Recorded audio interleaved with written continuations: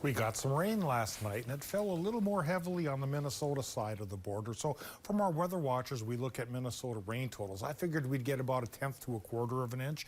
And in general, that was true, about 1/4 of an inch for Kenosha Township, around 1/10 for Big Falls and Little Fork. But there was a little heavier stripe from Keewatin to Hibbing and over towards Embarrass, all along the Mesabi Range, where we went from 1/3 to 4/10 of an inch of rain. Now in Wisconsin and Michigan, the system didn't do very much, really just a trace of rain. So we focus on the high temps there, which were very uniform.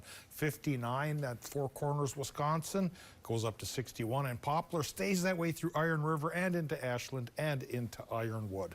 Temperatures today, not as warm as the weekend, but a little bit warmer than normal. Tomorrow we fall towards normal, maybe just a little bit cooler, but not drastically so. I don't think we need to insulate the pipes or anything like that. Just a little bit cooler and a little bit drier as higher pressure takes over, at least during the daylight hours tomorrow. There's a little chance that this activity near Omaha will give us a 20% chance for showers tomorrow night, but for a really good soaker, we have to wait till Thursday, and that's a system brewing up over towards Denver. So our Monday forecast, overnight Monday, it says we'll fall to about 41 degrees for our low temp and then perk up to 57 as we enter our Tuesday afternoon. In the evening, there is that shower chance.